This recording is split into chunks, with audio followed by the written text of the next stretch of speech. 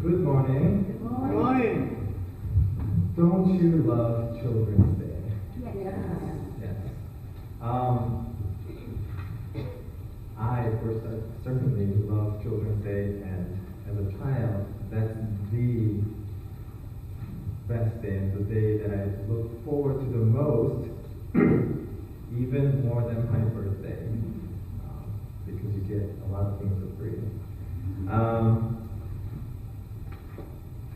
So today is Children's Sunday. It's actually not a Children's Sunday according to the U.S. calendar, but according to the Korean calendar. Korea celebrates Children's Day on May 5th. This year it happens to be on Sunday, but it usually isn't. And when it's not, it's a national holiday. It means no school, a day of fun, and a day of celebrating. So whether it's a public holiday or not, it is important that we celebrate children in our midst. To this, some parents may raise a question. But every day is a Children's Day. Do we really need an official one? While strangely it resonates with me, but children are that much important. We aren't the only ones who thought that children were important. Jesus thought that children were important as well. Not only important, Jesus went a step further and said, they are the greatest in the kingdom of heaven. It says, truly I tell you, unless you change and become like little children, you will never enter the kingdom of heaven. Therefore, whoever takes the lowly position of this child is the greatest in the kingdom of heaven. And whoever welcomes one such child in my name welcomes me. This is such a strong statement. It says, unless you change and become like children, you will never enter the kingdom of heaven. Never, never, says Jesus. He doesn't say, you may not, or there's a slight chance that you might not be able to. No, he doesn't say that. He says, you will never enter the kingdom of heaven. So we better figure out, what about children the listeners were missing? Right? Do you want to get into heaven? Do you want to taste the goodness of heaven? Come on, let's hear some answers. Does anyone here want to go to heaven? Yes. Yes, y'all do. Come on, it's not a trick question, guys. All right.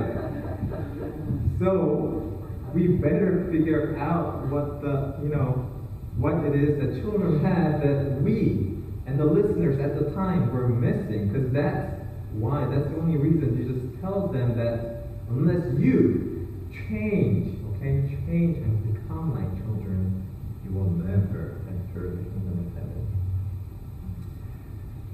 So, thankfully, it's not a trick question, and thankfully in the next verse, Jesus tells them what they were missing. Verse 4 it says, therefore, whoever takes the lowly position of this child is the greatest in the kingdom of heaven. Aha. So as most of the people listening to Jesus were adults at the time, and Jesus wanted them to take the lowly position of a child instead of the highly position as an adult.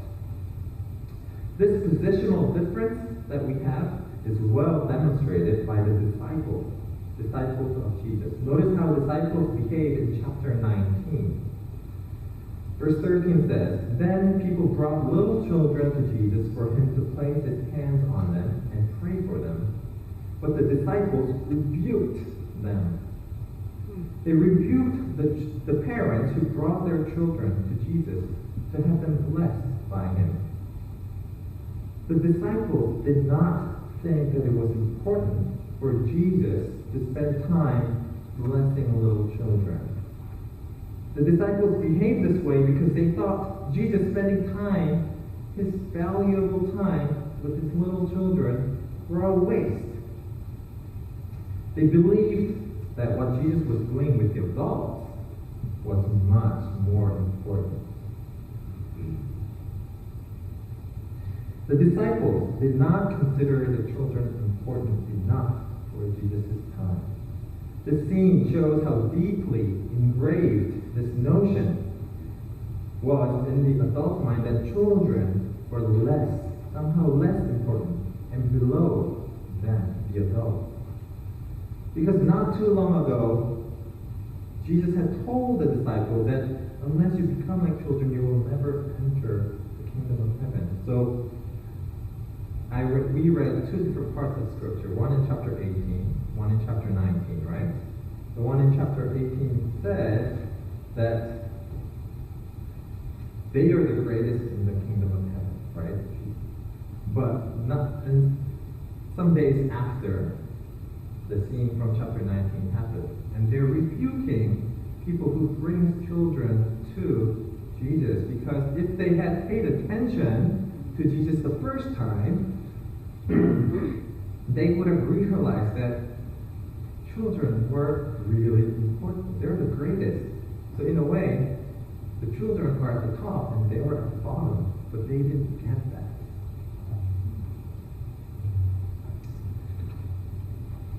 So when Jesus saw the way disciples behaved, the way the disciples behaved, he brought his attention to the children and said, "Let the children come to me and do not hinder them, for the kingdom of heaven belongs to such as these." He reminded the disciples that heaven was closer to these children than themselves. We might say, man, those disciples were stubborn. If Jesus had spoken to me directly, I would have listened to him and changed my way immediately. But the truth is, we're not that different from the disciples. So how many of you adults here have said these words to children, and how many of young people have heard these words spoken from their parents or from other adults? Children, please be quiet, the adults are talking. Children, what did I tell you before? You have to listen to mommy and daddy because we are adults. We know what's best for you. You listen, or else we're not going to get that toy for you, or we're not going to allow you to play on the cell phone. Who here has said any of those things? Show of hands? Right. Gosh, we sound just like the disciples, rebuking them, right? Perhaps we're more like the disciples than we care to admit. And perhaps we're making the same mistake that the disciples made, considering themselves better than another, especially compared to those with lesser power than you, like the children. The people with lesser power could be the children, it could be older folks, they could be ones with disability, or ones less educated, ones with less money, ones with darker skin color, or ones with funny accents. I don't know, it could be anything. And us Christians seldom do this voluntarily. We're not consciously bad people. This happens to all of us because this is an involuntary reaction to consider someone lower or less important than yourself, especially when you have something that they don't. Children are unique in that they have an ability that adults do not. Some say cameras don't lie. Have you ever heard that phrase? Yeah? And they really don't. Children are like high-end camera that captures you just as you are and shows you your true self. Haven't you ever seen yourself in the mirror and think, gosh, I look really good? Especially after taking a shower, right? When you're all freshened up, all like, right? Your skin's glowing, glistening, and you think for a second that you could be a model. But then, when you take a picture of yourself, mind you, without all those filters that make you look great, you find that you aren't as good looking as you seem after a shower. You can see all the blemishes on your face, the unevenness, crookedness, and the dissatisfying tone of your skin. You now see through the picture taken by the camera all the things that you did not want to see. Children are like that. They show you who you are.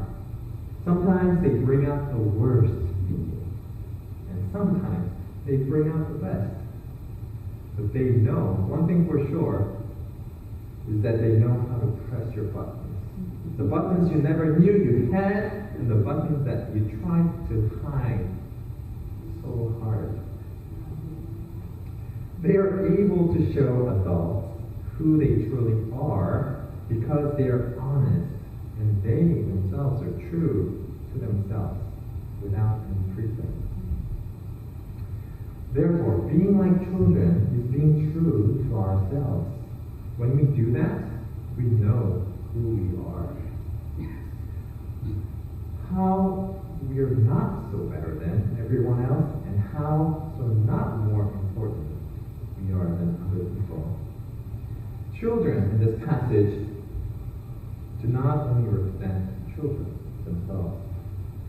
They represent all those who are considered unimportant and less significant in our society. This means that becoming like children or becoming equal to those without power in our society as well. After all, what children really is representing is powerlessness. Right? Think of children. What power do they have? They have no power whatsoever. In truth, we are just as powerless. We're helpless to save ourselves. We cannot by any means earn our way into the kingdom of heaven. It is by grace that we are accepted into the kingdom of God. This calls for some action on our part. First, become like children and realize that you, every one of us, are helpless to save ourselves. And you are on equal ground as everyone else around you. No one is more important than you, and you are not more important than everyone else. Second, be the person to bring the society's powerless to Jesus. Right? Because there were parents who brought their little children to Jesus. They were doing the right thing. But a lot of times, as we have seen, we act and behave like the disciples, rebuking and preventing them from coming to Jesus. We are doing the opposite that God has commanded us to do. So don't make the mistake of rebuking them and preventing them from coming to Jesus. Let them know that Jesus welcomes them with open arms. We love to call ourselves the children of God, right? Let us not just enjoy the label, the children of God. Let us live it.